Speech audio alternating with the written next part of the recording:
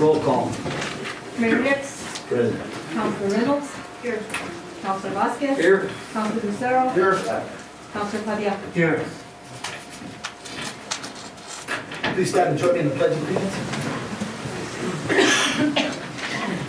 I pledge allegiance to the flag of the United States of America and to the republic for which it stands, one nation, under God, indivisible, with liberty and justice for all.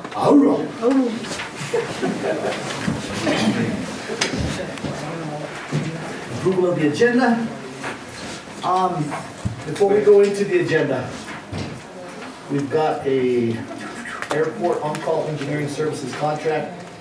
If you guys noticed, when you went through that contract, it cut off at page 6. Okay? If you guys want to table that tonight, you can. I would prefer that we go ahead and give me the authority to approve that contract and sign it. But if you guys want to table it, it's up to you. I've got the full contract, I read it. I'm good with it. How many pages is it? 19. 19. There was 19. Yeah, you guys missed 13 of it. Like I said, if you guys aren't good with it, we'll do it right now. Okay, but I'm good with the contract. I'll let you know that. I'm probably the one that got the whole contract, the rest of you didn't. I move to give the mayor the opportunity to approve it. Second, Second. Councilor Reynolds? Sure, yes. Yes. Councilor Vasquez? Councilor Lucero? Yes. Okay, so that one there will take care of the airport on-call engineering services for number 4. Right. Okay, so we'll just, that one's been done as the first item of the night. Right. Okay? Thank you very much. Now, we will approve the agenda, okay? Approval agenda, I make a motion to approve the agenda. second. Second. Councilor Reynolds? Yeah. Councilor Yes. Vasquez? Councilor Lucero? Yes. Councilor Padilla? Yes. Citizens to address the council, Ms. Roybal. Hi, I just wanted to let y'all know what we're doing. We are selling these bricks and they can be inscribed. They will be going around the caboose. We sell the 4x8 for $50 and the 8x8 for $100. It's a great way to commemorate your family, your business, or whatever that'll be shown for years to come. It's great advertising. You figure $50 to $100 to advertise for the next 20 years for free, basically. It's very reasonable. If anybody's interested in buying one of the bricks to go around the caboose, once we get the caboose complete, and that will be in October when that will be completed, then see me here at City Hall or go to Main Street. And those Be of happy us to that help. already signed up for bricks at the Oktoberfest, Yes, when will we get our bill for those bricks? pay me now. Okay. Thank you, Chris. Any questions from the council? Anybody? No, We're good. Thank you, Chris. Thank you. Larry Carver. Yeah, come up there. Yeah, that mic should be good right over there, Larry. Brenda should have it all hooked up for us. I wound up tonight having 2 meetings same time, but I'd like to say congratulations to Ray and the airport employees. They do a wonderful job, and it's really needed for our community. Also, I'll buy one of those bricks for $50. You'll have to send me a bill though, because I forget. Okay. Thank you, I'll see you later. Larry, I forgot I'd signed up for one of them bricks until she stood right there, right there. I was gonna throw it at you. Roseanne Boyette.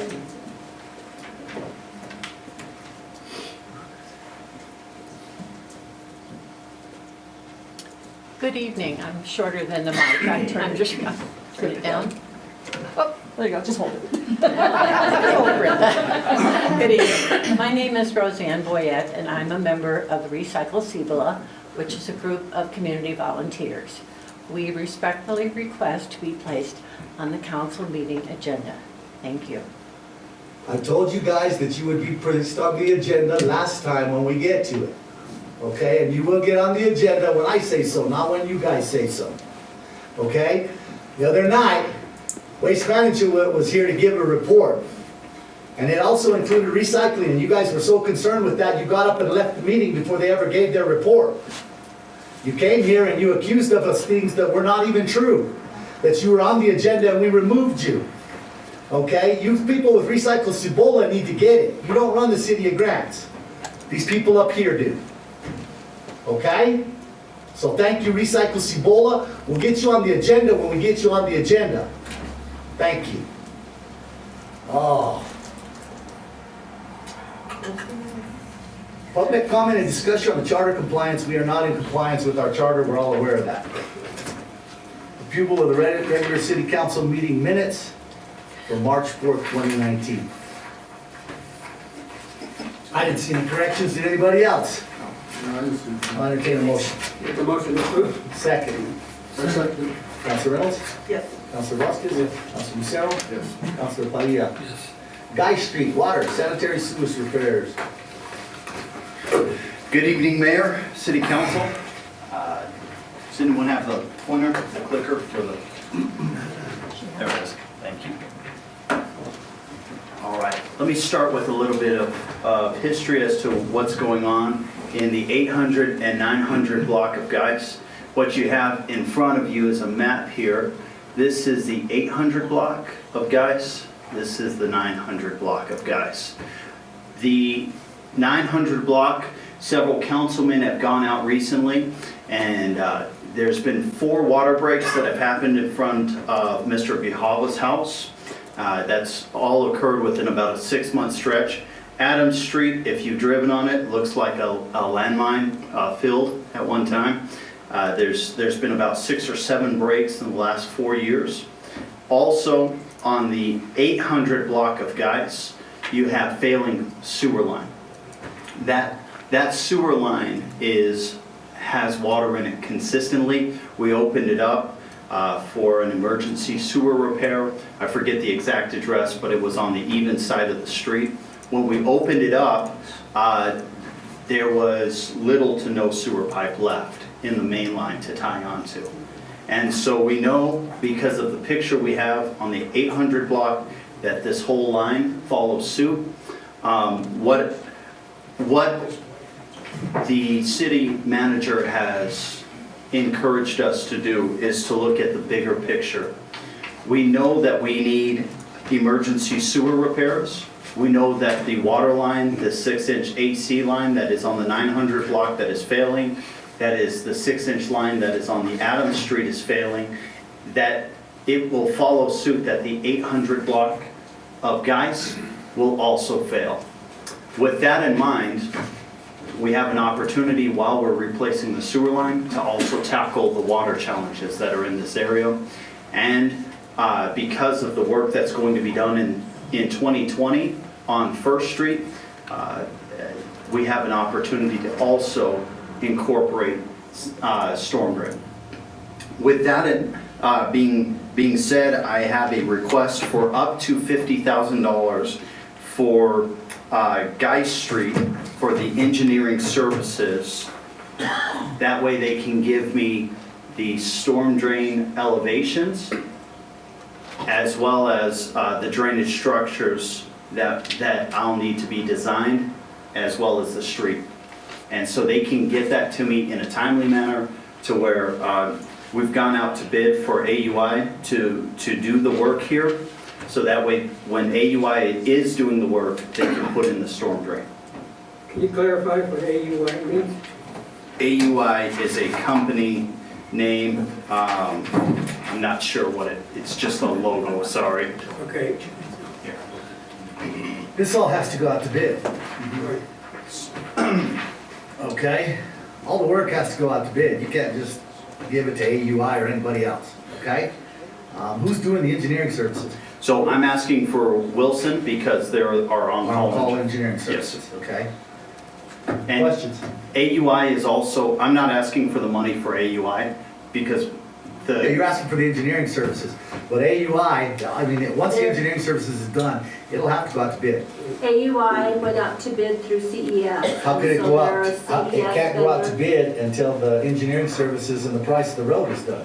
So you all have approved many contracts with CES vendors, and they put stuff out to bid. So you say for a certain task, we're gonna charge this much.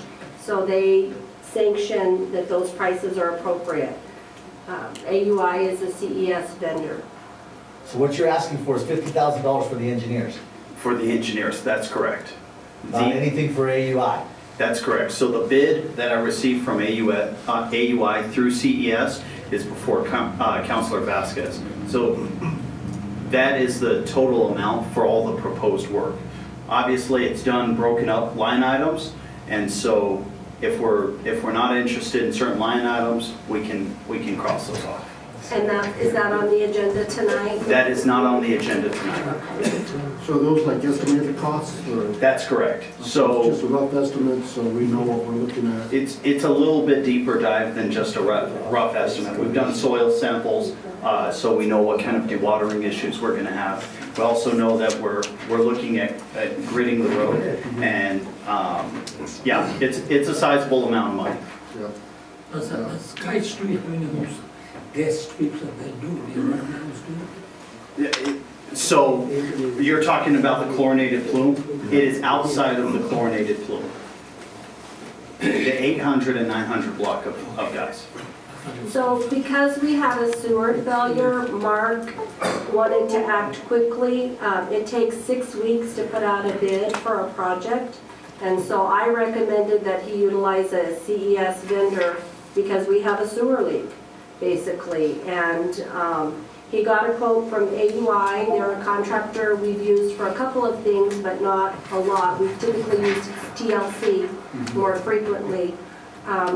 They have a local contract management individual that lives in our community. AUI does or TLC does? AUI does. And we don't know what that name stands for. No, they're out of Albuquerque. Yeah, they're not out of Grants. Okay. No, Mr. no. Mayor. Go ahead, buddy. Albuquerque. Identify your name. My name's Donnie Dunneman with Wilson. Thank you, Donnie. I know who you are, but everybody else doesn't. So there's another reason for the up to $50,000. The watershed that's here used to all flow down into this green area. And so what part of that money would do is to capture in a drainage master plan through Wilson and to get this water to flow back this way. What happened here at this pond that we're digging into is the original elevations were supposed to be about 7 foot depth. When we hit 6 foot, we ran into a high water table. And so this pond will only be able to hold up to 5 foot of depth. So that changes what can be allowed to come into this pond. Where are we at here? So this is Jefferson. This is the church here? Yes, sir. So this is behind the church? That's correct. That's where all the heavy equipment is. Okay, the water flows this way now, and you're wanting it to flow back this way. Actually, these basins here, it's kind of split in the middle, but our original drainage plan had everything drained. Our master drain plan has all of that. And now you guys are wanting to train a master drain plan that we spent $375,000 on to do, guys. That's why we were doing it this way. Now you want to change the whole master drain plan to push it back another way. That doesn't work for me after spending $375,000 on a master drain plan. Now we're going to change it? No, we're not. Okay. Okay? That's insane, guys. The master drain plan was done for us to set this stuff up so that as we go through it, it gives us money to do these projects. If we start trying to change the master drain plan that's already got the drainage coming, you can't make water go uphill, guys.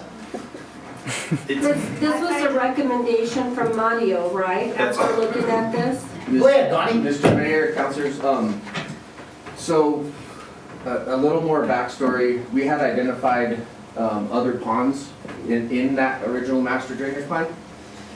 And there's a property upstream, actually First and Roosevelt in this area here, that we identified as a ponding area.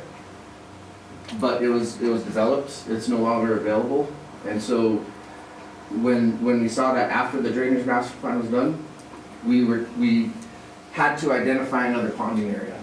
And so we identified the corner of Geis and Jefferson here.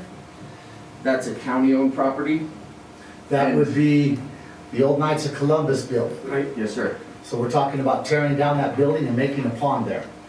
That's what we've been talking to Mark and Don about. And with this new location and with the drainage problem within Geis itself, it makes sense, since it's so close to this drainage pond, it makes sense to try to drain that water to that pond that wasn't identified in the original drainage master plan. Have you contacted the county? I mean, you have to contact the county first before you do anything, you know. Sure, there's other feasible properties that we could acquire in that area. Where?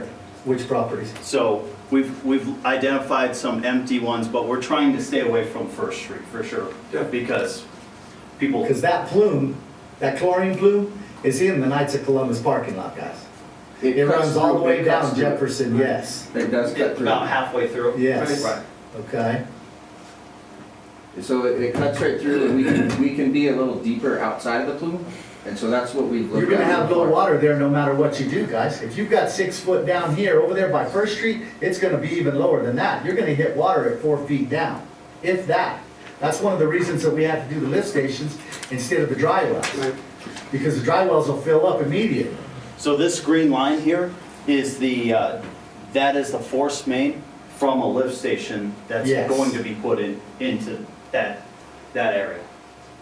So the larger you make the lift station, the less pond you have to have. Yes.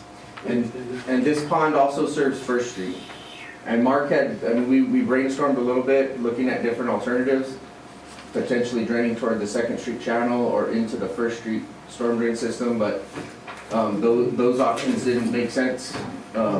And this one made the most sense. So I think all of you guys were concerned that there was ponding in front of Mr. Grijalva's house. Yes. And you wanted us to address that, and that's exactly what this plan does, is we're trying to move that water somewhere. Well, Wilson and Company told us we can't move it towards First and Second Street. The lines are not appropriate to move it that way.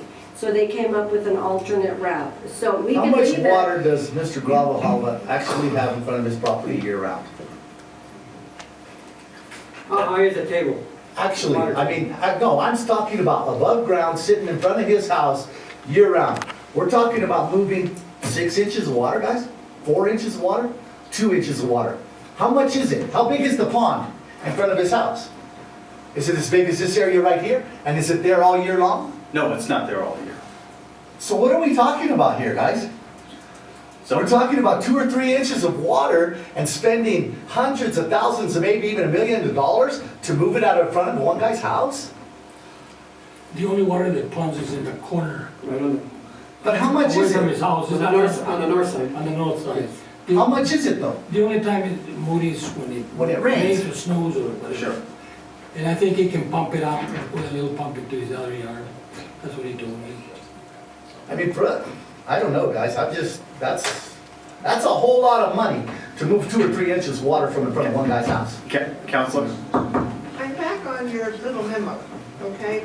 At the end of paragraph 1, it says, you know, the 3.2 million will complete First Street Phase 3, new pump station, large pond located east of the project, and new underground storm drain that will be sized to accept with residential drainage along, insert street names. Can I have this street names? Yes, so Geis 800 block, Okay, and 900 block of guys? Geis 900 block, Okay. Harrison and Adams. I apologize about that.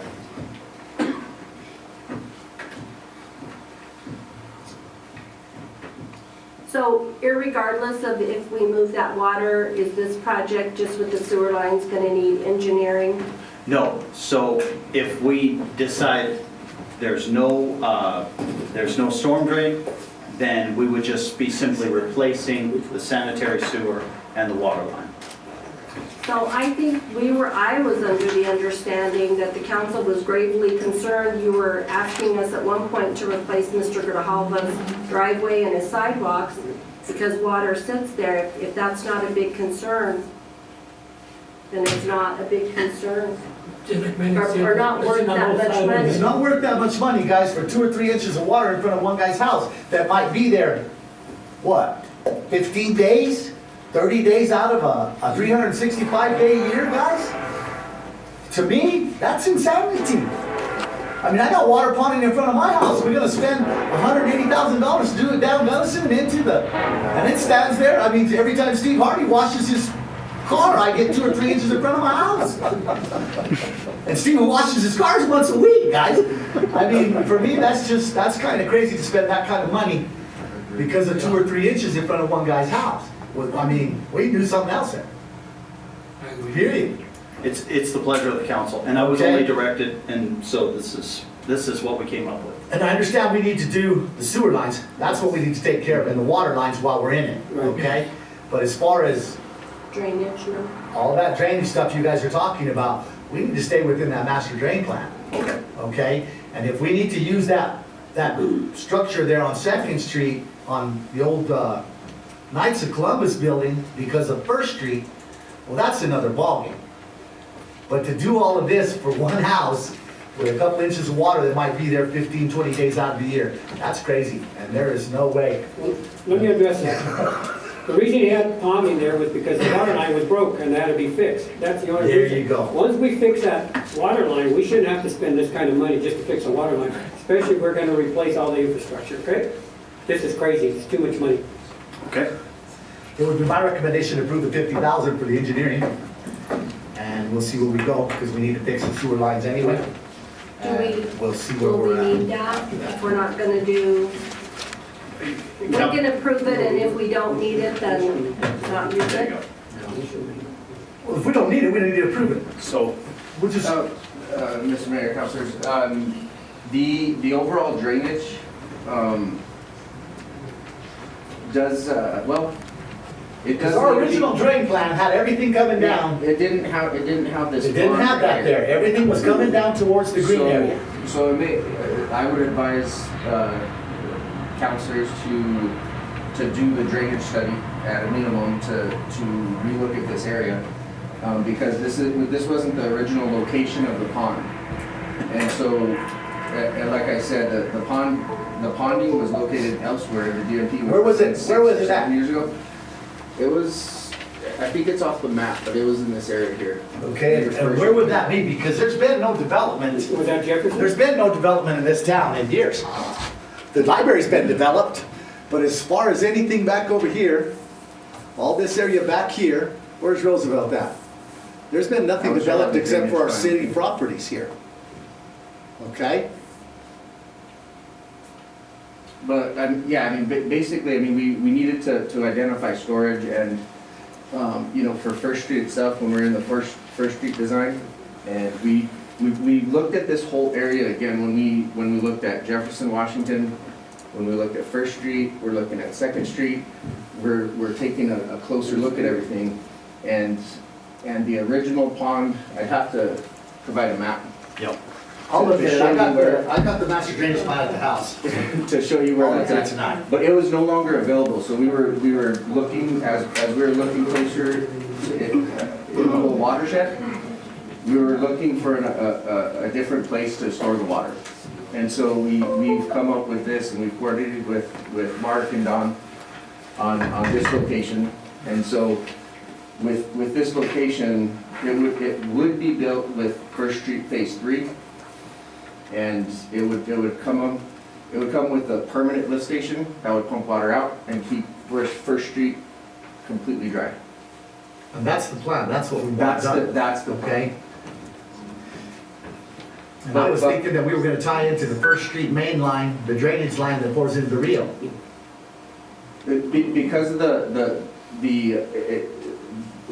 whole roadway is extremely flat. Oh, yes. And so we've always in the DMP identified the need for a lift station, a Yes. stormwater lift You station. bet you. But they first started putting in dry wells, and we stopped that. Because Yeah. that made no damn sense at all. And we demanded a lift station so they would push that water out into the Rio San Jose through the main drain in First Street. So a pond and lift station is necessary per the DMP. And this is the location that we're looking at right now for that pond and lift station. And with that being said, it does make sense drainage-wise to look at draining Guy Street and the surrounding area to this pond. Because Guy Street now drains through Charles Street into the pond behind, into the fields behind. Yes. and it runs across that ditch that we put in there that should have never been put in there. It's no longer. It's gone Yeah, now. it's no longer there, but I appreciate that. Guys, any questions from the council? Any questions? Any pleasure of the council? Do you guys want to do the engineering study? To take a look at that? Do we need the engineering study? Can we do the sewer lines and the water lines without the engineering study? Yes. Okay, Make a motion. what do we need? You're gonna make a motion not to pay for engineering services and to do the sewer lines. Okay. Okay. I move we do not fund engineering services for the Guy Street water sanitary sewer repairs. A second. Rick? Yes. Fred? Yes. Manny? Yes. Sydney? Yes. Okay, that one's done.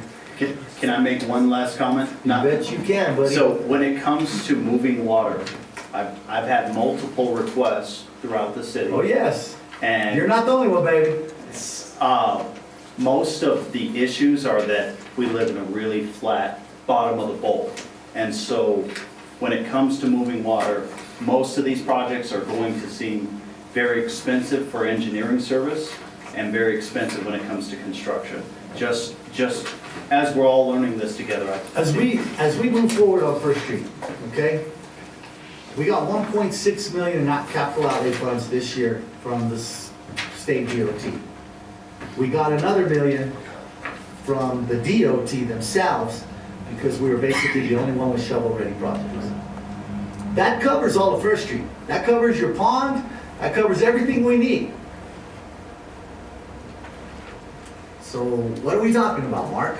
You see what I'm saying? Yes, sir. Every time you say that, I mean, we've got the money, we're moving forward. You're saying 2020, I'd like to see it all done this next year because we've got the money now. Okay, we don't need to stop, we need to We go. go forward. Okay, there's no slowing down here, guys.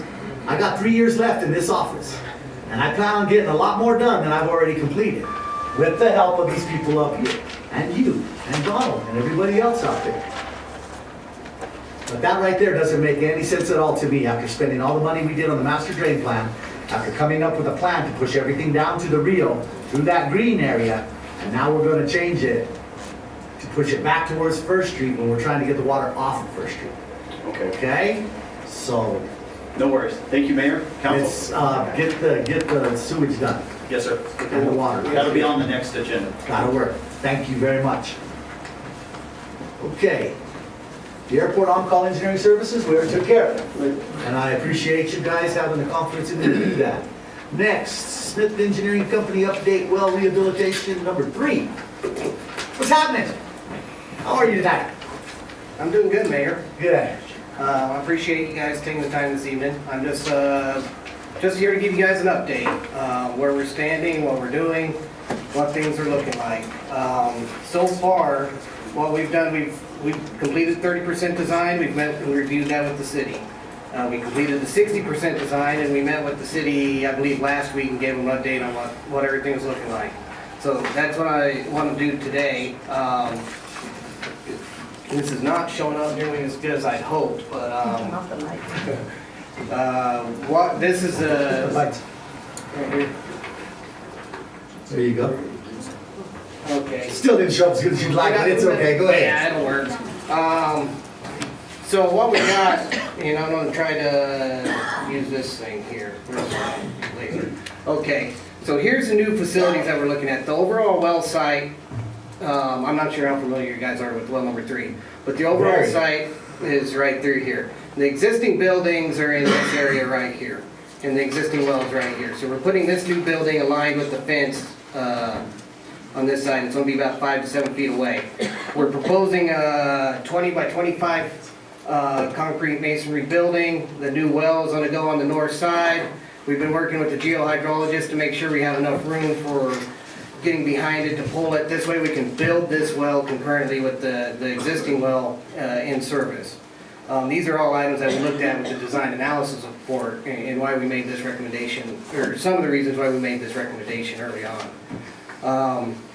We're looking at cleaning up some of the piping on the site. What we'll do is the new drain line, if you recall, the existing drain line comes out, goes up over a concrete wall. Could be a problem if you're in the winter time, it may not drain. So we're regrading the site where it'll come out underground underneath the well building, go into just a regular splash pad, and they can gravity feed, drain the line. That's one of the items we're taking care of. We're updating the chlorine system so it's will meet current safety standards. It'll be a safer thing to operate. And we're putting in a new flow meter within the building. It won't be in the deep vault outside the building. So all these things are getting taken care of as part of this project. I guess if we can go to the next slide, I'll just kind of show you what the building that we're looking at looks like. I guess we brought 2 PDFs, so there's 2 pictures. So it's just going to be a simple masonry building. We got a chlorine room right here where the chlorine bottles will be. That way they're separated from the equipment, the controls, and corrosion can occur, and we can maintain detection equipment in a small room. New piping within the building. And it'll be just, we're looking at masonry building. And part of the requirement, since we do have to heat it in the winter to keep it from freezing, and since it has over, I think it's 7 watts per square foot electrical, that's a 250 horse motor, so we got a lot of electrical equipment in there. We do have to meet certain building requirements that requires us to insulate it. So we're doing a CMU walls, we're insulating the outside, and then we'll stucco that. And then you can see, it's kind of bright in this picture, the sun came out, but Looks good on this picture. Okay, good. And you can tell the architect took some liberties with the background, but it's just going to be a plain Jane building, nothing fancy with the name on it, and with the chain link fence around it. So that's what we're looking at right now. If you guys have any questions. Excuse me? No. Manny? Rick? No. Fred? How much longer? We're looking at turning in plans to Enemy D in April, so that's our 90% date. Enemy D should be 30 days. That's what they say in their rules, but then they say, before the winter? Oh yeah, and definitely before funding application time. That's what we're shooting for. We're going to try to get leverage this into some money. That's where I was headed. So, that's the goal. That's the point right now. So That'll work. okay. Thank you very much. No problem, Mayor. Thank you guys. Thank you. You guys got the joint powers agreements there in front of you. Did you give one of these to the beacons, to the safety? Let me give them one. You need 2? Yeah, just so they got the numbers. You betcha. Here, guys, that's for the joint powers agreements. The actual dollars amounts. Smile, man, ain't that bad.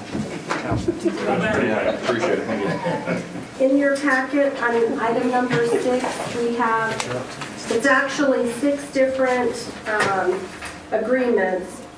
Some are joint powers, some are contracts, and some are MOUs based on the services. But we have current agreements now, they're outdated. And so we and the county were very concerned about those agreements. And so there's an interim contract to finish out this fiscal year, and then we have 3 proposed contracts that would start July 1. But basically, in my memo that you have, was when we started working on these, the county asked for some data from the city. And so if you look where I put the star on your paper, you still have one. The library expenses for the year, staffing and operations cost is about $315,000. The animal care center is approximately $310,000. The senior center is approximately $497,000. We received funding from the state for the senior center, which equals approximately $171,000 a year.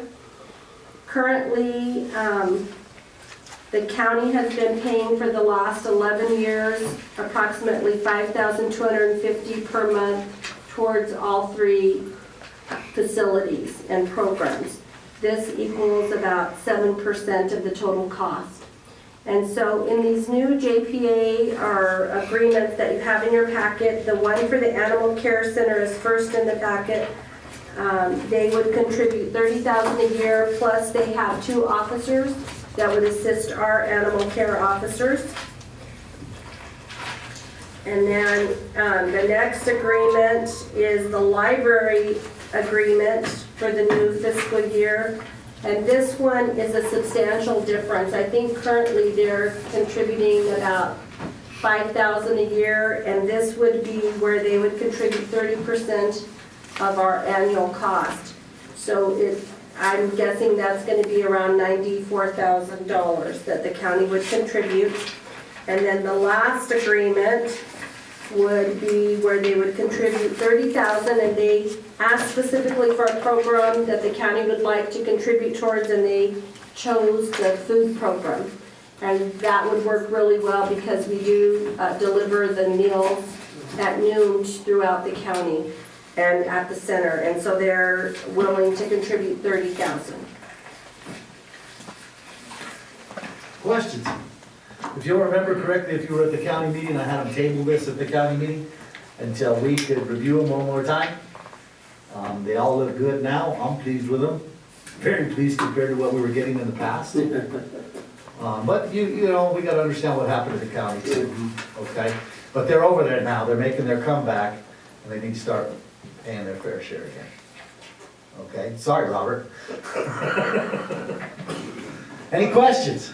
Sydney? I have one on the joint powers agreement between the animal control and shelter between the county of Cibola and the city of Grant. You know, the third paragraph, the city doesn't do licensing.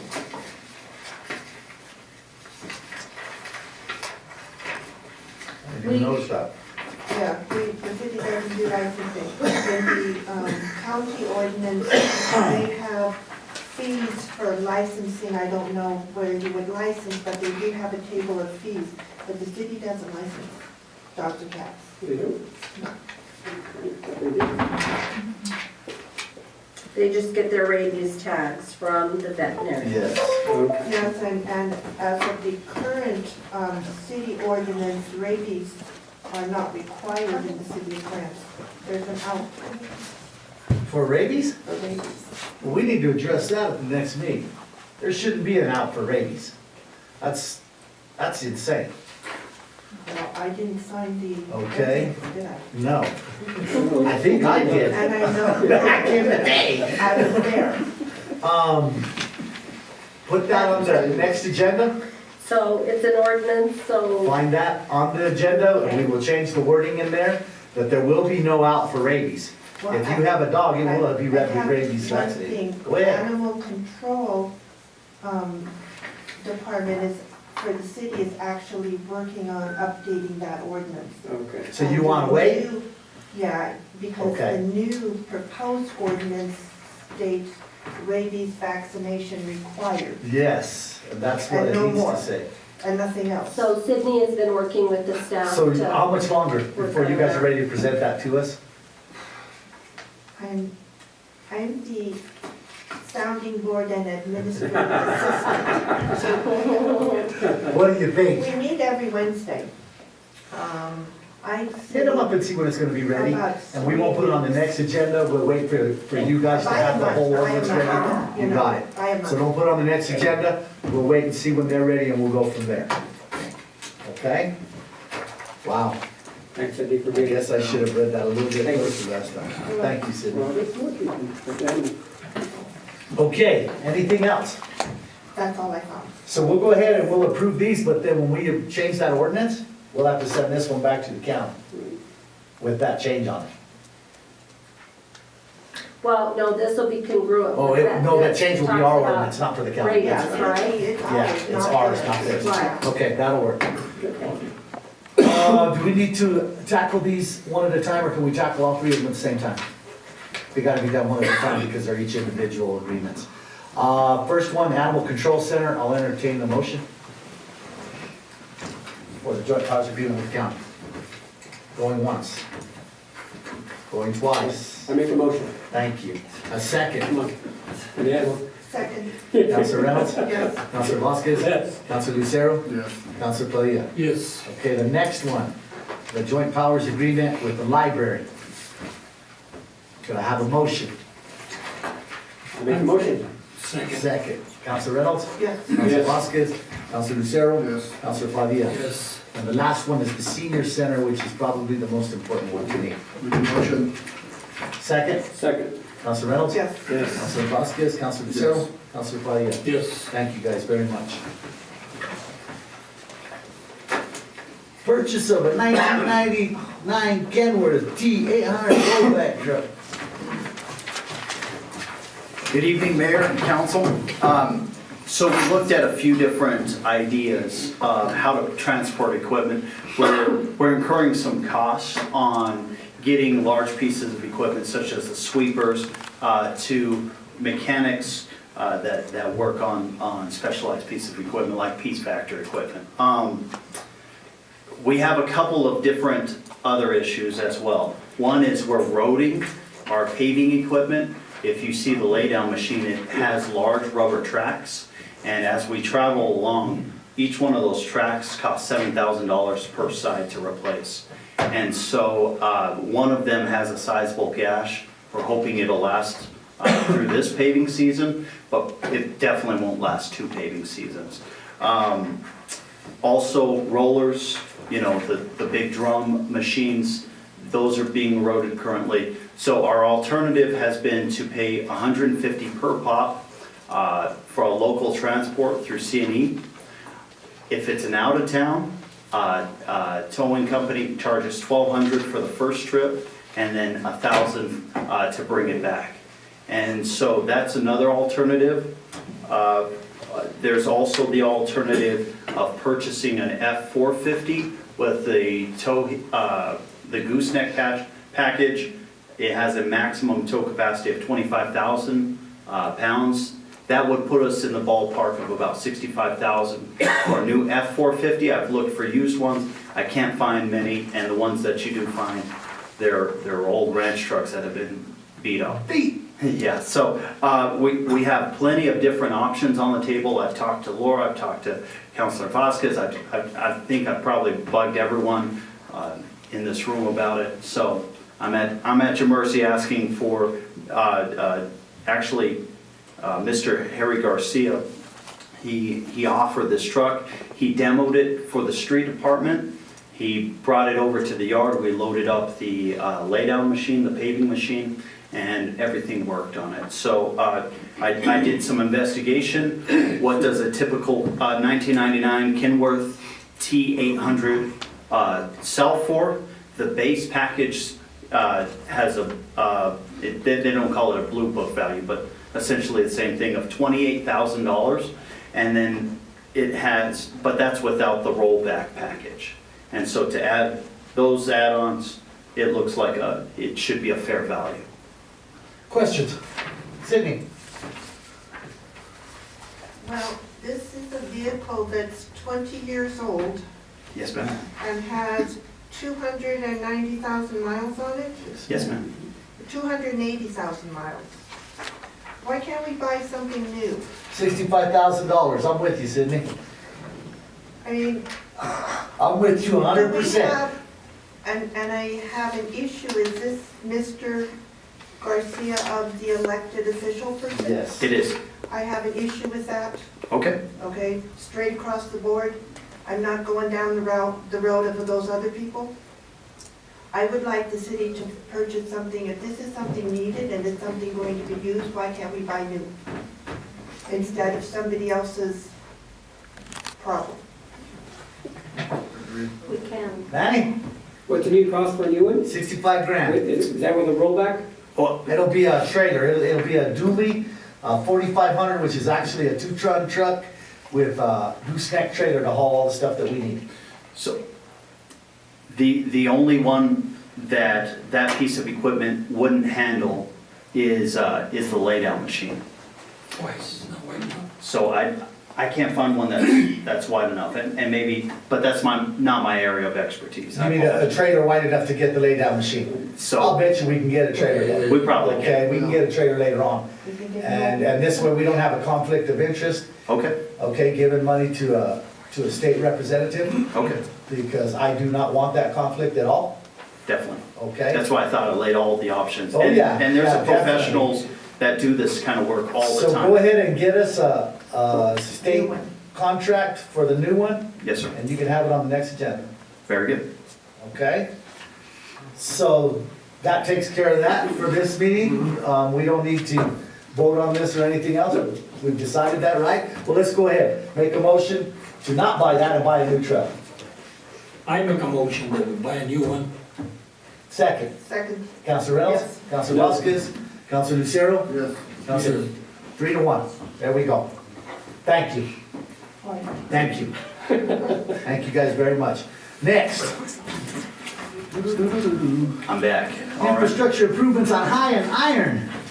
Iron, where's Iron? We're right here on this. Right here on this corner, okay. Yes. Make my day. Is that gonna include the draining into the Rio? It will. With a bigger hole to suck the water in? It will. Good, I'm good with it. I'm good. I'm good. Anything else? So- Questions from the council on it? Let's move, let's go. Just Iron Street here? That's No. Iron and High. So, I didn't include a map, but yeah, so if you have, High Street that runs this way, there'll be a drainage, there'll be a cattle guard system that connects to a cattle guard system here, and that'll tie in into the current cattle guard system. That's correct. How about this side here?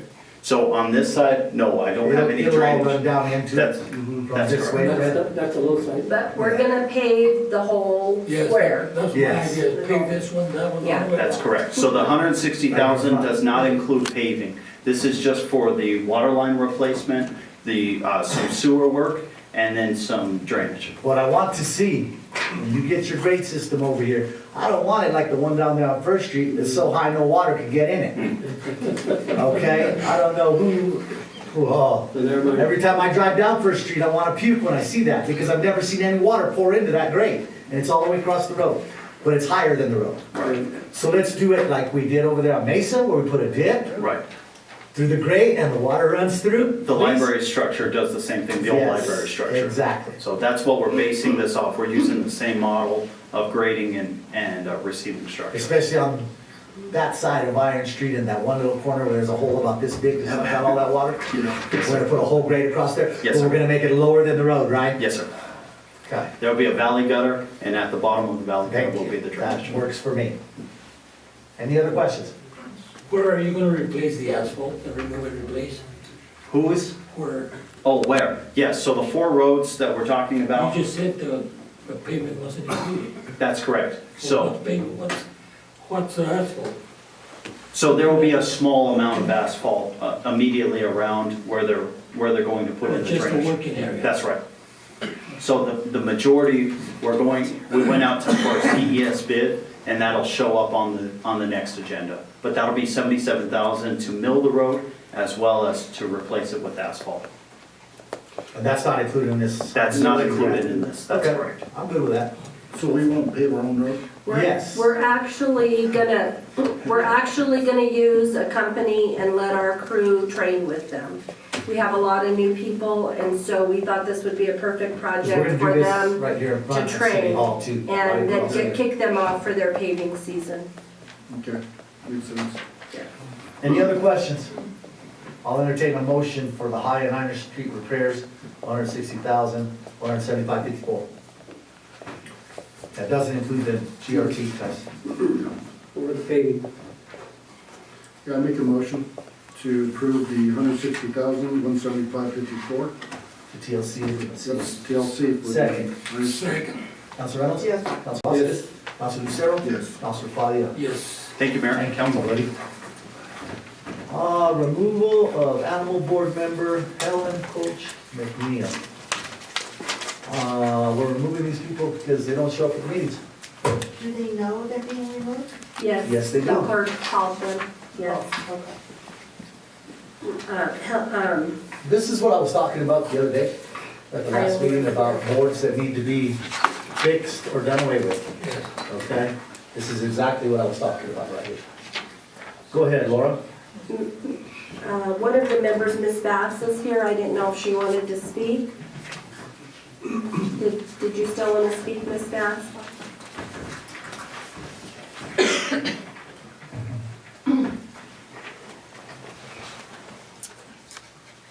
Hello, Mayor. My name is Iola Bass. I'm on the animal board. I have missed 2 meetings.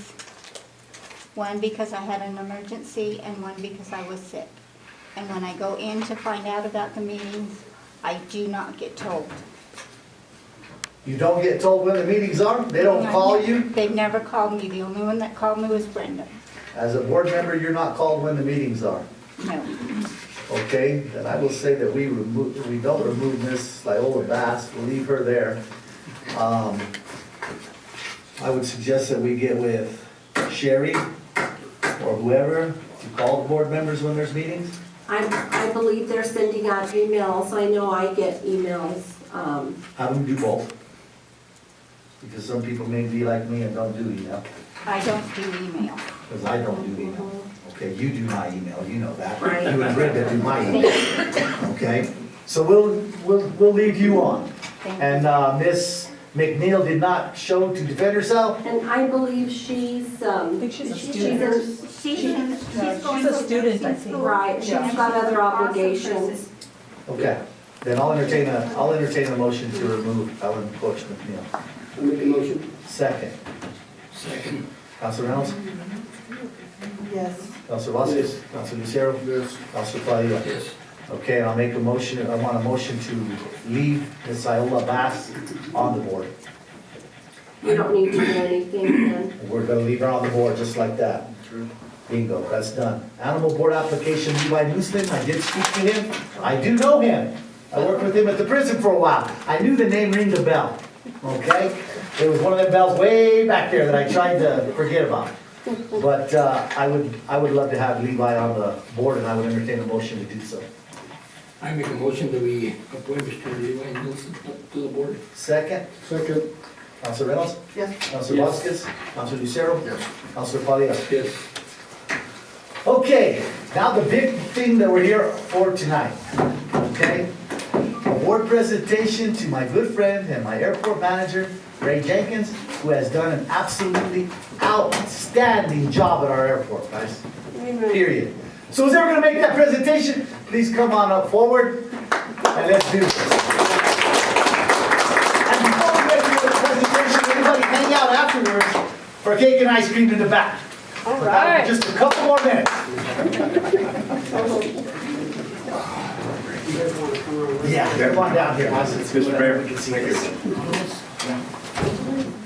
They're gonna set us up a TV screen. Don't be all nervous, Ray, it's all right.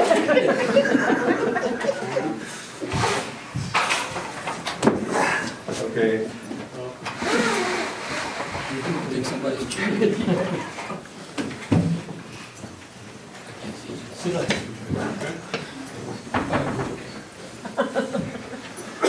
Throw it out there. This will be good, right? Oh, my Good God. try.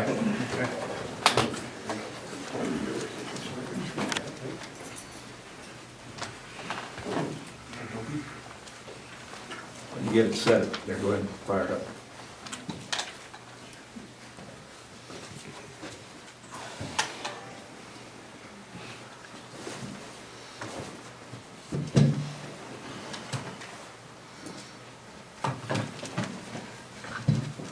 You guys need to kill the lights? Yes, we We'll will. get it. Rick got it.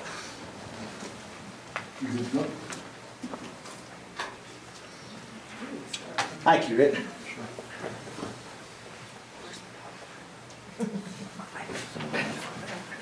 Ray's wife was supposed to bring the popcorn, so I don't know what she did, but she forgot the popcorn. Oh, man, we have cake, that's okay.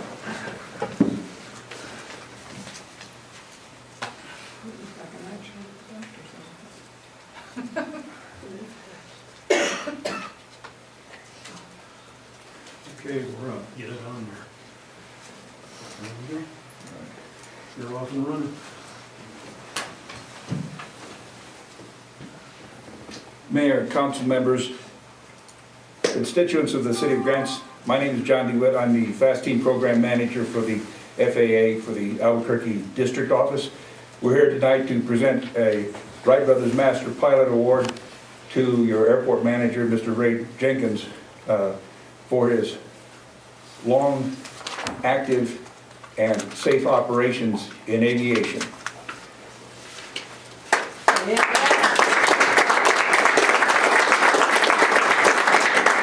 Ray, you're the man tonight, buddy. 20 feet tall. Invisible and bulletproof. Turn it way up.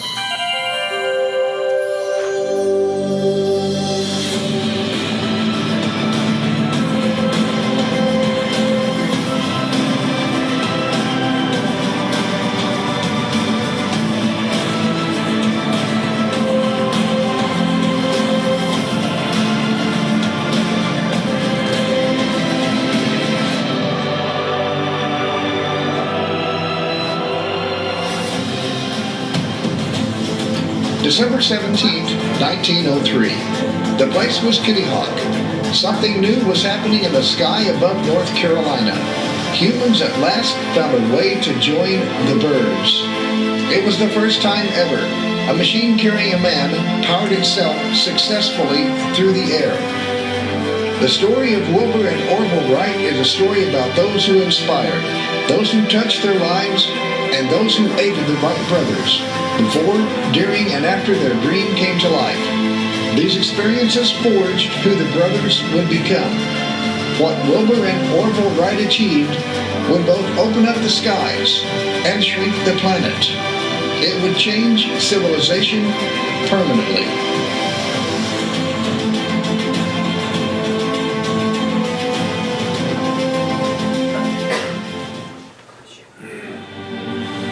Certainly, the Wright brothers were talented, but the true answer also lies in their background and early experiences, especially those within their family.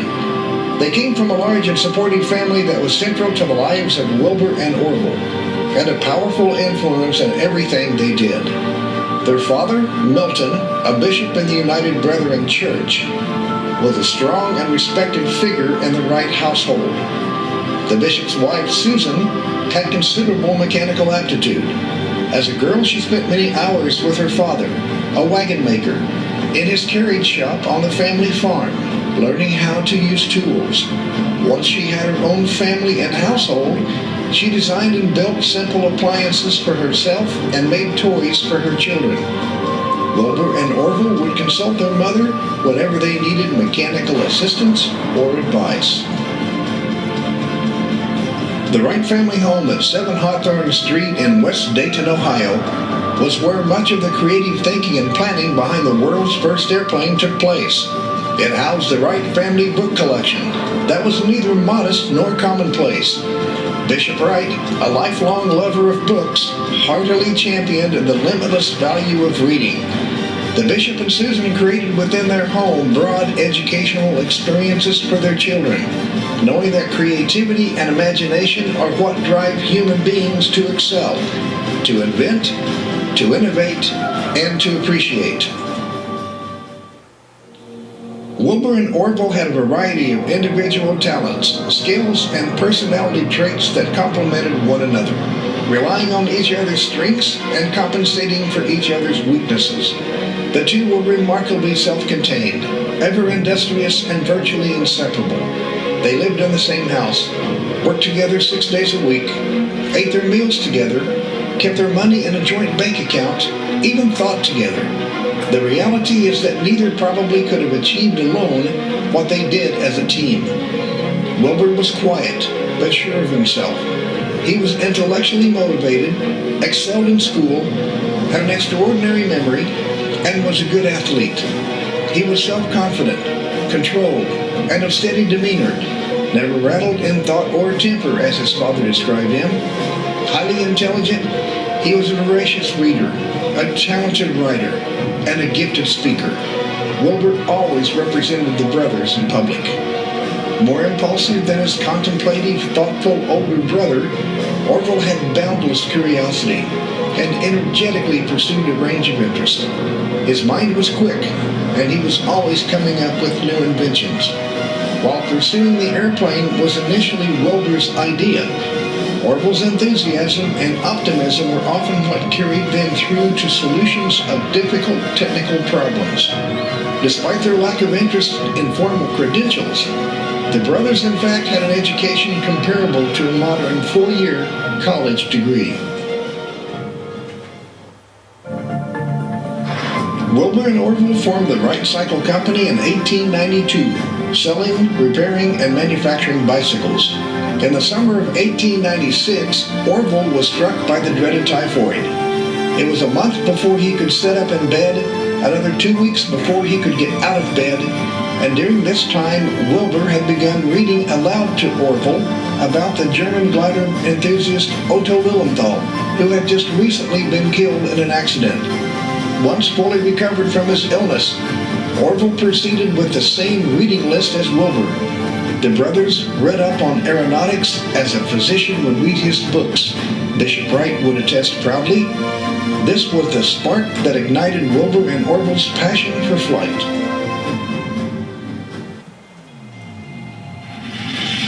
On Tuesday, May 30th, 1899, Decoration Day as it was then known, Wilbur was home alone. He seated himself at his sister's small, slant-top desk in the front parlor to write what would be one of the most important letters of his life. Indeed, given all that it set in motion, it was one of the most important letters in history. Addressed to the Smithsonian Institution in Washington, it filled not quite 2 sheets of the Wright Cycle Company's pale blue stationery, all set down in Wilbur's notably clear hand, in part stating, I am about to begin a systematic study of the subject in preparation for my practical work, to which I expect to devote what time I can spare from my regular business. I wish to obtain such papers as the Smithsonian Institution has published on this subject, and if possible, a list of other works in print in the English language. I am an enthusiast, but not a crank in the sense that I have some pet theories as to the proper construction of a flying machine. I wish to avail myself of all that is already known, and then, if possible, add my mite to help on the future worker who will attain final success. Since 1899, Wilbur and Orville Wright had been scientifically experimenting with the concepts of flight. It was the Wrights' genius and vision to see that humans would have to fly their machines.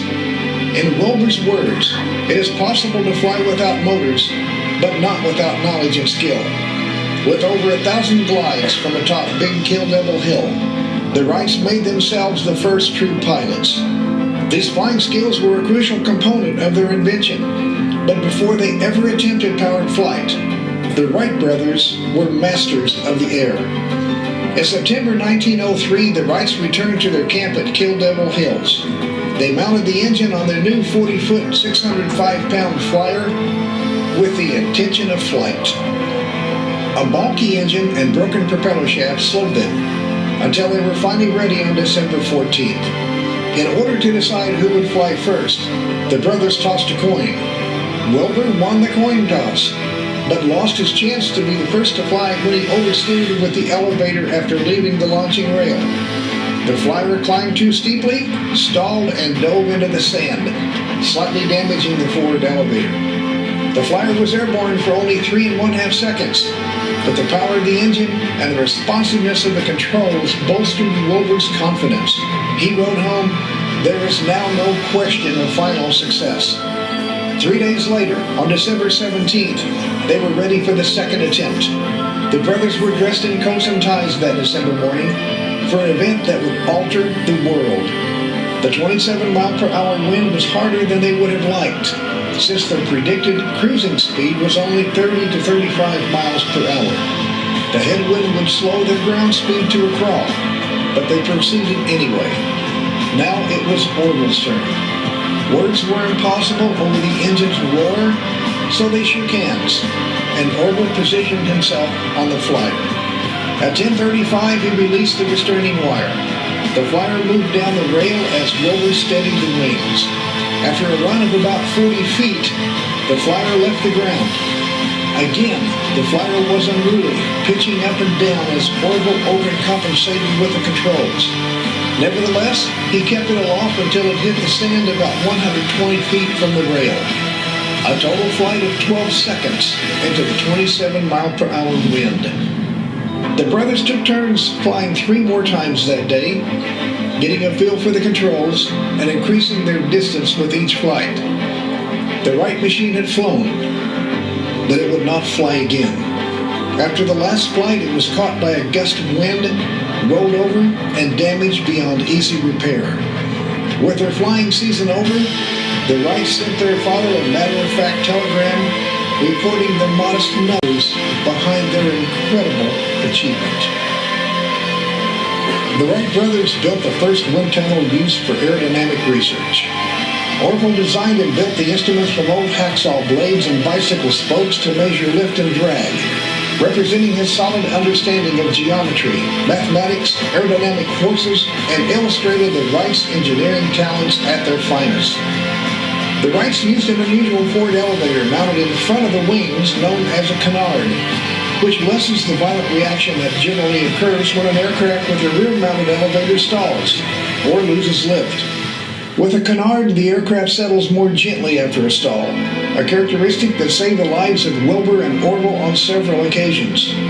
The Wrights placed the high point of the wing's curve much closer to the wing's leading edge and made the depth of the curvature fairly shallow, in contrast to the norm of the day. They believed this would reduce the movement of the center of pressure, making the aircraft more stable and easier to control. The Wrights developed the first 3-axis control system, which featured wing warping for lateral balance, a movable rudder, and an elevator for pitch control. A hip cradle worked the wing warping and coupled rudder. A simple wooden lever held in the left hand controlled the elevator. This 3-axis control system was their single most important design breakthrough.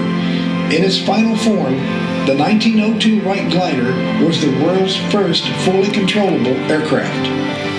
The brothers developed the first aircraft propulsion system. The term propulsion system is important as Wilbur and Orville recognized that developing an effective propeller and an efficient transmission linkage to the power plant was just as crucial as building a suitable engine. Seeking a power plant for their airplane, the Wrights contacted many of the dozens of firms by then that were manufacturing gasoline engines. 10 responded, but none could meet the power and weight requirements the Wrights specified or could do so at a reasonable price. Undeterred, the brothers, with the help of their mechanic Charles Taylor, decided to build their own. The Wrights understood that relatively little engine power was needed with efficient lifting surfaces and propellers. Such propellers were not available, however. Using the wind tunnel data, they designed the first efficient airplane propeller, treating the propeller as if it were a rotary wing. Design and construction of the propellers was the Wrights' most original and purely scientific achievements. Perhaps the most influential brothers in history, Wilbur and Orville Wright's creative and technological genius revolutionized transportation on our planet. The impact of the airplane would be beyond measure. The Wrights helped create an entirely new world. The Wright Brothers Master Pilot Award is the most prestigious award the FAA issues to pilots certified under Title 14 of the Code of Federal Regulations, Part 61. This award is named after the Wright brothers, the first U.S. pilots to recognize individuals who have exhibited professionalism, skill, and aviation expertise for at least 50 years while piloting aircraft as master pilots. The candidate must meet the following criteria to be eligible for the Wright Brothers Master Pilot Award. They must be a U.S. citizen. They must hold a U.S. Civil Aviation Authority or Federal Aviation Administration pilot certificate. They must have 50 or more years of U.S. piloting experience. Up to 20 years of the required 50 years may be U.S. military experience. A current flight review or medical certificate is not required at the time of nomination. Prior accident history and prior enforcement actions, excluding revocations, are not necessarily disqualifying, but will be reviewed and can be disqualifying if they show that the nominee lacks a dedication to safe flight or professionalism. Revocation of any airman certificate, pilot or mechanic, will disqualify a nominee for this award. The award may be presented to a nominee up to 3 years posthumously if the nominee has acquired 50 years of U.S. piloting experience prior to passing away. They must have 3 letters of recommendation from their peers. The recipient will receive the official FAA Blue Ribbon package that is a complete history of the airman's achievements as documented by the FAA in Oklahoma City. It is a certified true copy of every document on file with the FAA.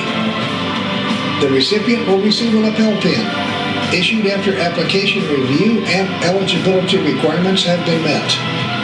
Upon request, a stick pin similar in design to the lapel pin is also provided to the award recipient's spouse in recognition of his or her support to the recipient's aviation piloting career.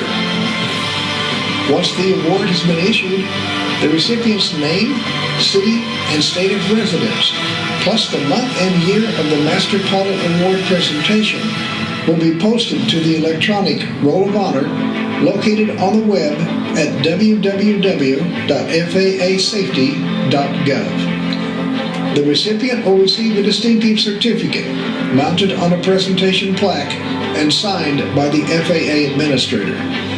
Now, ladies and gentlemen, it is with great pleasure we introduce to you and take a brief look at the life of our newest Wright Brothers Master Pilot Award recipient.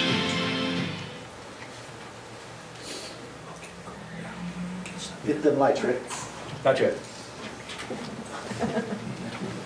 Our distinguished airman, Ray Jenkins, come on up, Ray, and tell us a little about your life.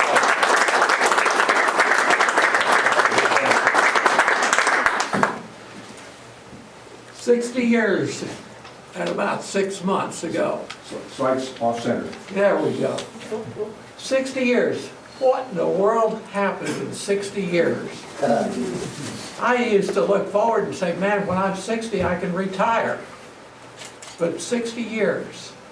And what I want to bring across as I received this honor is to recognize people in positions that made it possible for me to become what I am today.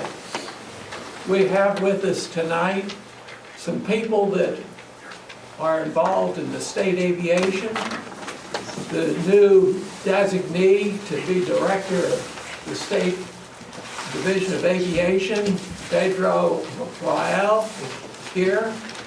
We have in his office, we have Dan Moran and Will Fitzpatrick of the State Aviation Office. Now, I didn't learn to fly out here, but it's people in jobs like that that made it possible for me to be where I am.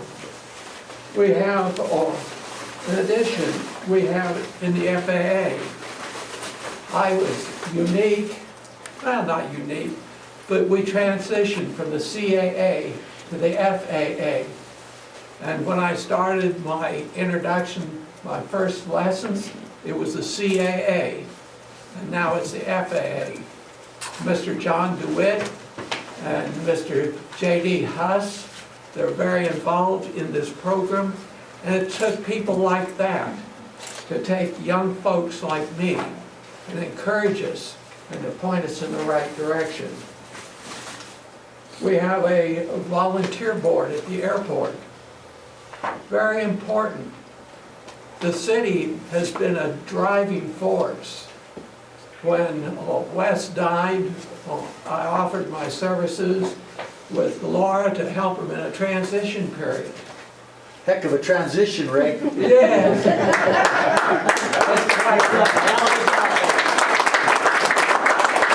But it takes people like the city council here and the mayor and the city manager to say airplanes and aviation is important to our community. The airport is the gateway to our city, but it's also a gateway where our city reaches out into the rest of the world. It's a critical element, and the city council and the mayor and the city manager have all been instrumental in pushing that emphasis, and for that I'm extremely grateful. But when we have a picture of the airport that I learned to fly at in Virginia, and you'll see what a change you folks have made in aviation. Somebody else, other people that are very important in this. I have two young fellows that work with me out at the airport, and Jim Strickland and Clay Lapierre. They're very instrumental in keeping this airport going, so that people such as myself can go out there and fly the airplane, so that we can have people, weekends, they fly up here to spend their money in grants. What a deal. They get a kick out of flying, the community prospers, and our name is broadcast around the world. This is what it's all about. We have the Armstrong Consultants. They just were approved for another contract for over 25 years. They've been our on-call consulting engineers. I've had the pleasure of working with them first from the airport board standpoint, and then as the manager. What a professional group of people that they are. We are blessed. I go to aviation conferences and I talk to other people, and we rate up at the top in our consulting engineers. So we're very blessed, and that's what makes it possible for people like me to fly for 60 years. Now, what does it mean? Pointed it this way. Oh, pointed this way? Yeah, this is the antenna. There we go. 1958. Bailey's Crossroads, well, it was called Crossroads Airport. That airport was located approximately 4 miles from the Pentagon, about 3.5 miles from Washington National Airport, and about 6 miles from the White House. My boss, who personally owned that, his name was Ben, Mr. Ben, JD we all called him. He told me one day, he said, my friends said, JD, you're crazy. Why would you buy an airport so far out the countryside? Did you get how far out in the country it is now? Nobody will ever come to your airport. Well, in the 40s and 50s, it was one of the busiest airports in the area. Well, I got on my first solo flight, flying by myself. Then I got my private pilot certificate. Then I went and got my commercial pilot certificate. Then I got an instructor's certificate and started teaching people to fly. And then I got my instrument pilot certificate so that you know how to fly in the clouds without killing yourself. Then I got my commercial pilot in the multi-engine airplanes. And then I got my instrument flight instructor certificate. I think I missed a Maybe slide. one past one, go back. There we go. Then I became an airplane mechanic. Then I became an instrument ground instructor, an advanced ground instructor. And then I got an air transport pilot certificate.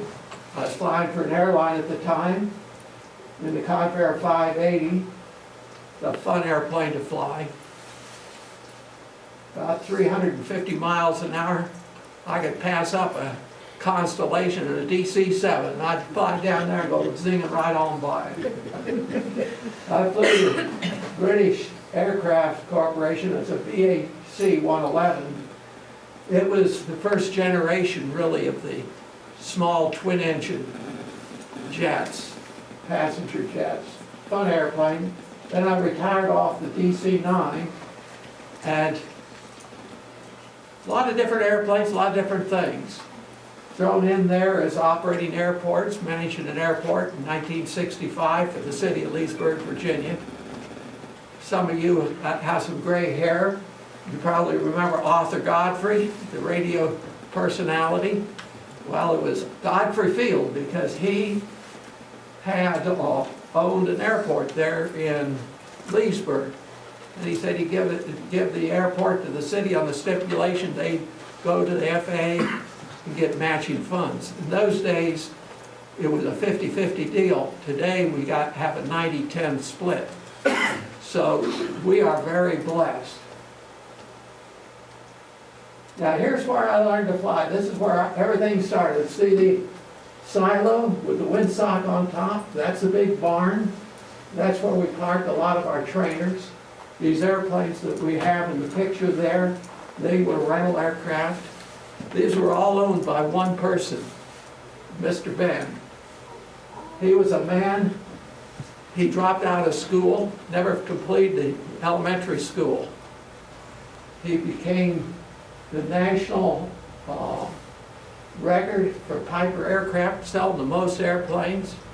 He had this 105, 110 acres, I can't remember which, land. And he took me under his wing, he and his brother. And he was instrumental in what I'm doing. You never know the dividends that you get when you mentor somebody. I was just a snotty-nosed kid, and he saw something in me, and my older brother took us under his wing and helped us. This particular airplane right here has a long history with me. The man climbing in the white shirt, he and I were flight instructed together down here at this airport. That airplane was one of our trainer airplanes. I flew that airplane, the last time I flew it up to this picture was in 1965.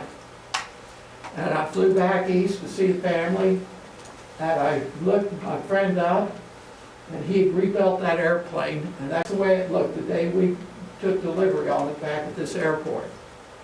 49 years had passed, couldn't believe it. I climbed in the back seat of it because that's where the flight instructor sat. And we went out, and it took a minute, I was getting comfortable in the seat. We went around, took off. By the time I got around the pattern, it was like I'd never been out of the airplane. It was an old friend. This is the airport I learned to fly at. Now I want you to notice up here, there it is. See that? That's a movie theater, drive-in movie theater. 52 feet tall. The runway's right down here. That runway is 2,100 feet long. To put things in perspective, our runway out here at the airport is 7,200 feet. Now, that's all. Well, let's just go on to that picture. Here's to give you an idea of where it's located. I told you it was right near the Pentagon and the White House. There's Arlington, Virginia. There's the county line right down here. And this is a city limit line for Alexandria, Virginia.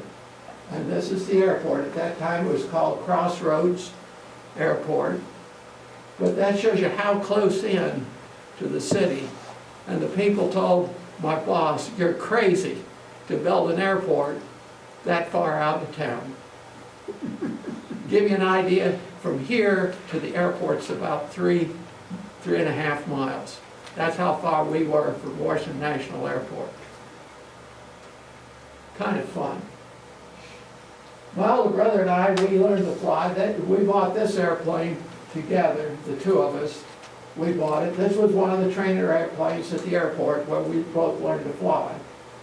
And we took off out of Alexandria and flew that airplane out to Avon, Montana. It's west of Helena, Montana. I started to look up the mileage, but I would guess it was probably about 2,200 miles. No radios, no flight instruments. In 1960, they just didn't exist. You want to start it? You got a hold of the propeller and just like that, the engine started. So that's how we got going. Two young folks with not good sense. In 1966, I took a job with Allegheny Airlines. And that's an F-27. It was a design came out of Fokker Aircraft in Europe. And it's kind of a fun airplane to fly. I flew that, and at the same time I flew this one, which is a Convair 580. And that airplane, I flew it as a co-pilot, but also as a captain on that. And here's the next airplane I flew for the airline. This is called a BAC-111. Looks a lot like a DC-9. It's a little bit slower and a little bit smaller, but I had the privilege of flying that as a co-pilot and a captain. And this is the one I was flying when I retired as a captain. I flew it both as a co-pilot and a captain. In those days, we had a rear stairway. And the company was based upon a short haul concept with quick turns at the station. And so they had this great idea. They would buy it with the rear stairs, and then whoops, come back here. Then this door right here, it had stairs that would go out. And so their idea was, when the airplane hits the station, the flight attendant drops the back door, the passengers start out the back door, the other flight attendant opens this door, they come in and do servicing of the galley and load the people as the others are deplaning. Looked nice on paper, but times changed and we went to the jetways and that. Now, oops, the other one, right? Yep. The other forward. There's where we are today. I got this idea after flying for people for 50 years, where they want to go, when they want to go, and how they want to go. I built my own airplane. It took me 5 years. 3 years it collected dust because life interfered, and 2 years of working on it. And I flew that. It's parked on the ramp in Front Royal, Virginia. I flew it out there. It's about 90 miles an hour. So, this brings me up to the point I want to leave with you. What does it mean to have flown for over 60 years? When I made my first solo flight in 1958, it was 55 years from the time the Wright brothers flew. From 1958 to now is 60 years. So nobody in the whole world, when I had made my first solo flight, nobody in the whole world had ever flown as long as I've flown now. That's what it means flying 60 years. Couple points, and this is important for the city council and for everybody. A mile of road will take you nowhere. A mile of runway will take you anywhere you want to go. Think about that.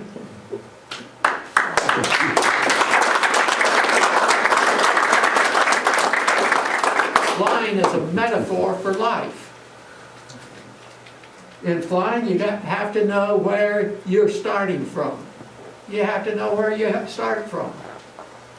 And the second thing, you must know where you're going. And the third thing is you must monitor your progress.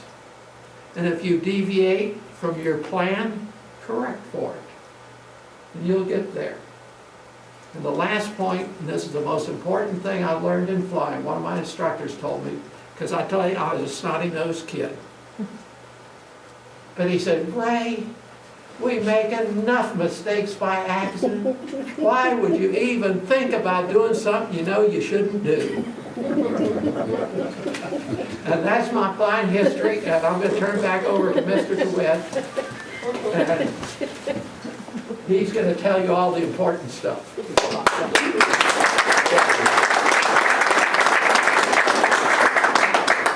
I think Ray already covered all the important stuff. Now, it's just the ceremony. Ray, here's your plaque and the certificate showing that you have been awarded this. Let's get out of the light so they get a better picture. Get the wife down there, Ray. Come on, Toby. I don't fly. You fly with him every day, bro. Here's a certified copy of all the records of your flying as reported to the Airman Certification Branch of the FAA. Certified, true, and accurate. You don't want to see this if you're going I was just to, gonna say that. if you're going in for an enforcement action, this is what they would put in as evidence. But this is a true and accurate copy of his records with the FAA. Awesome.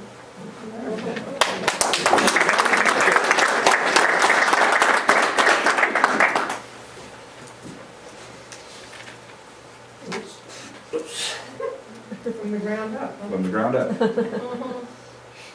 And here's your pin that you can wear as often as you'd like, so that everyone knows that you are one of the 4,900 Wright Brothers master pilots that have been identified since 2003 when we started the program. Of all the pilots in the United States, living and dead, since we started the program, he's one of 4,900.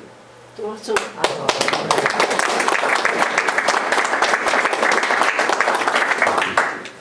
And Toby gets one for putting up with him. He's a bigger one. All right, thank you. Thank you, Ray.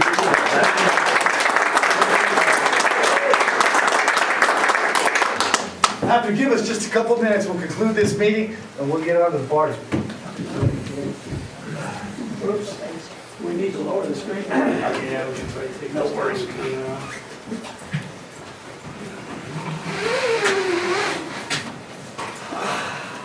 That leave it like that. Okay.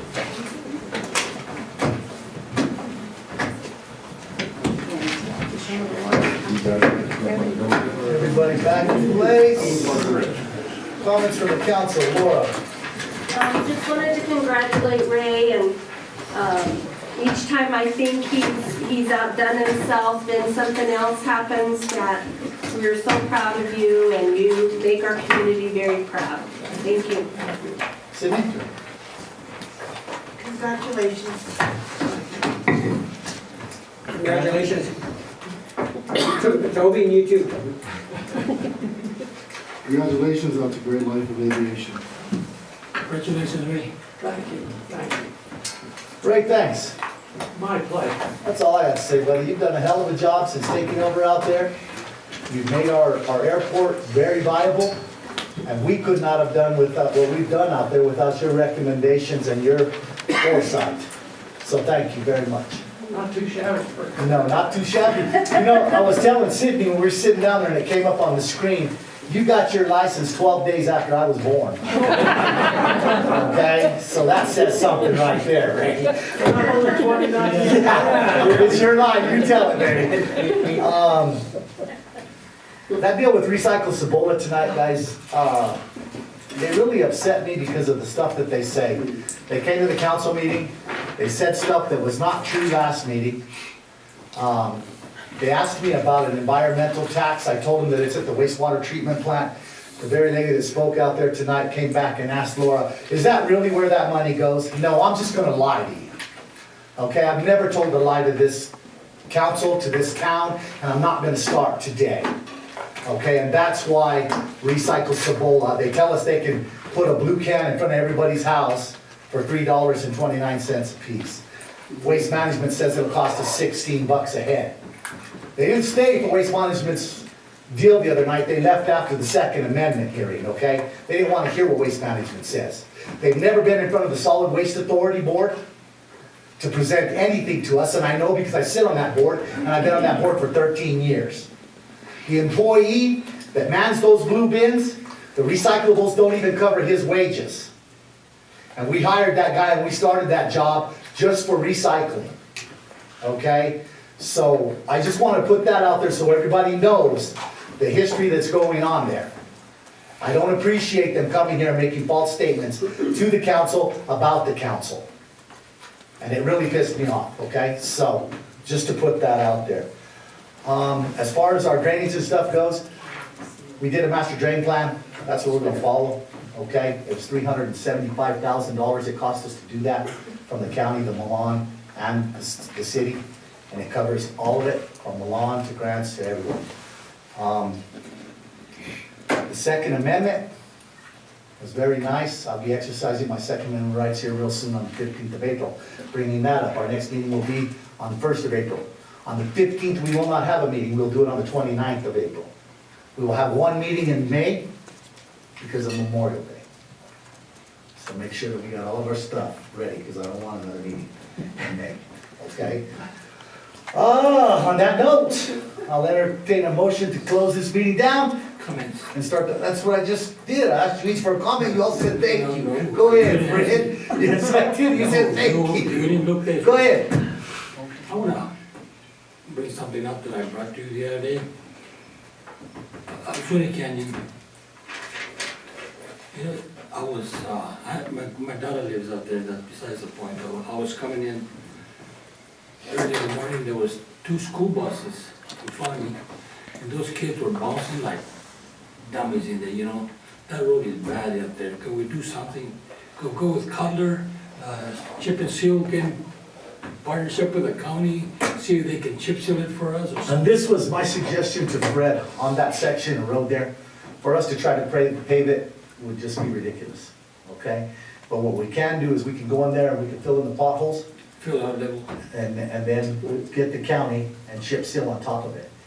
Because it doesn't have any curbs or anything on that road that'll hold the pavement. But if you chip seal it just like they did on the road out to San Mateo. Yeah, well, they need it past. Oh, yeah, well, going up to Dominic's house, all those places out there are already chip sealed. So, and it would probably cost us hell of a lot less than trying to pave the whole road. And then people go to the rodeo grounds and stuff like that. Of course, they can go over there, but all the big trailers coming through over there. We'll take a look at it. Okay. Anybody else got another comment? Because I had asked for comments, and now we're getting comments. I want to find out about our street sweeper. Yeah, I think Mark visited with you about that, but we brought a gentleman out from the company that sells the sweepers, and he looked at ours and said it was a quite good sweeper, Right. and I think the council was suggesting we purchase one with a vacuum. He said a vacuum is not appropriate for city streets, that you would use that maybe at an airport, Right. where you have fine dirt. So what we have. Artificial turf. Yeah, what we have is appropriate. It needs some repairs.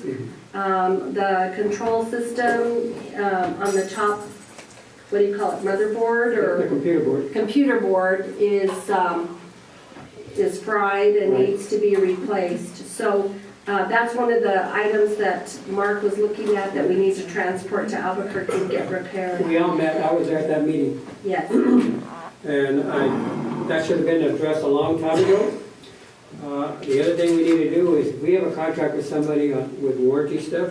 We're not supposed to jump anything that's computerized. We try to get it straight. They spilled water in it, ruined it, but they never told anybody. And I was kind of upset because nothing was ever told to anybody to get anything fixed. So when I met with them, Mark and I talked, and the gentleman from Albuquerque, he says, we have some of the better ones. Even the old one was good. Okay? But Yeah. they've stolen some parts off of that, but I think it's still fixable. Who stole parts off of it? Well, I think at one point they were taking parts off one to fix the other, but I understand those have all been put back or replaced. So both of them need some repairs, but it looks like we have appropriate equipment to repair what we have, Well, rather than purchase a new one. Right. we need to get them fixed because the roads look like crap. They do. And we can't get the dirt off of them. I talked to you the other day about Mesa. I want them out there with shovels. Yeah. They need to get that crap off, it's as deep as the curb. We did put a work order, they were working on, trying to get that drainage ditch on Jefferson done before the And that's contract fine. deadline. I Yes, understand but that. they'll get to that. You know, because that's got priority right now. Right now, that's what we're Right, yeah, doing. that's what they've Okay. been working on. But as far as those street sweepers go, they need to get done. And the potholes, oh my goodness gracious, there's some big enough to disappear cars in. Right. And I mean, the worst ones are Nimitz, Balsam. And High it's- Street. Yeah, High Street, it's pretty bad. But I mean, Nimitz and Balsam, the main drags, they're bad. You got some big ones on Santa Fe Avenue.